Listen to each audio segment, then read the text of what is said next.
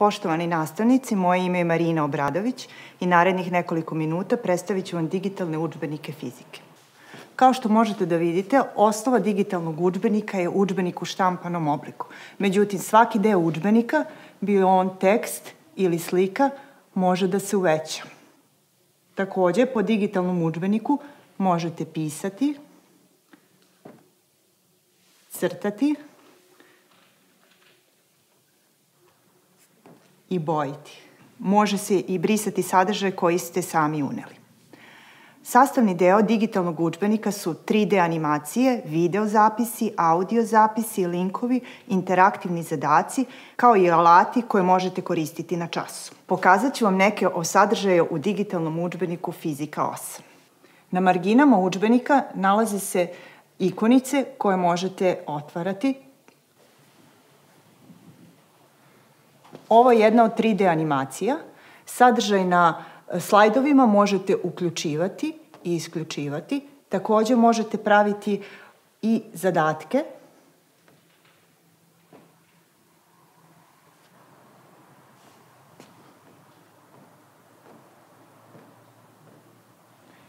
Tačnost zadatka može da se proveri istog trenutka.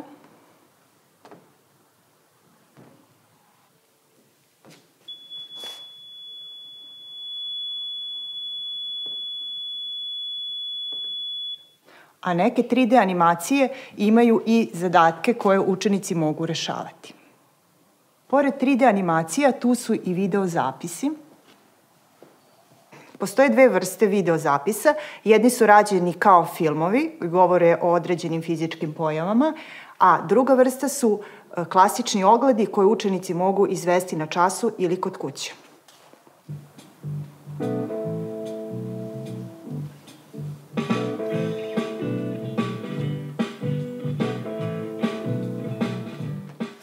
U okviru svake lekcije u udžbeniku nalaze se setovi digitalnih zadataka. Zadaci su različitih tipova. Pogledat ćemo sada neke od tipova koji se nalaze u ovom setu. Pre svega, to su zadaci tipa tačno i netačno, gde je dato nekoliko tvrdnji, a učenici treba da obeleže da li su te tvrdnje tačne ili netačne.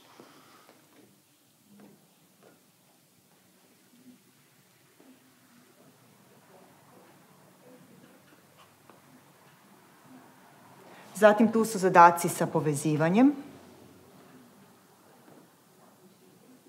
Istog trenutka učenik može proveriti da li je dobro uradio zadatak. Zatim zadaci gde se bira jedan ili više tačnih odgovora.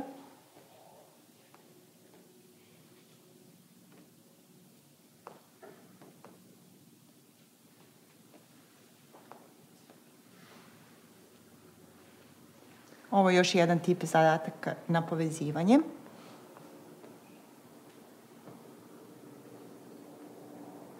Na kraju svakog seta zadataka nalaze se rezultati. Pored ovih zadataka, vi kao nastavnik možete sami praviti svoje zadatke. Ovo su tipovi zadataka koje možete koristiti. Neke od njih smo imali priliku da vidimo u prethodnom setu zadataka, ali ponovit ćemo, to su jednostruki i višestruki izbor tačnog odgovora, zatim zadaci tipa tačno pogrešno, spajanje parova. Tu su zadaci gde učenici treba da unesu podatke, zatim postoje zadaci sa ukrštenim rečima, kao i zadaci sa slikama, tabelama i skupovima. Jedan od najzanimljivijih delova digitalnog udžbenika fizike su alati koje nastavnici mogu da koriste na časovima. Pošto se u 8. razredu obrađuju optika i struja, u digitalnom udžbeniku postoje dva alata koja su vezana za ove oblasti. U okviru alata električna tablica nastavnici i učenici sami mogu praviti svoja strujna kola ili koristiti neka od strujnih kola koja su već urađena. Sada ćemo napraviti jedno najprostije strujno kolo.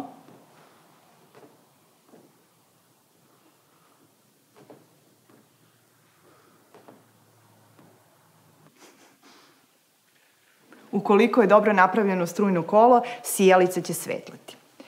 U okviru ovog alata postoje i neki gotovi primjeri koje možete koristiti i praviti, na primjer, zadatke od njih.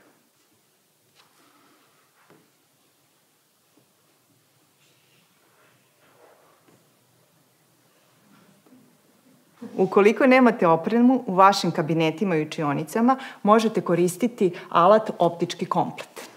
Pomoću ovog alata učenicima možete prikazati kako nastaje lik i kako se on povećava ili smanjuje. Pored ovih prikazanih elemenata digitalnog udžbenika, vi možete u njega ubacivati i vaše videozapise ili druge sadržaje koje ste ranije napravili. Poštovani nastavnici, hvala vam na pažnji i srdačan pozdrav!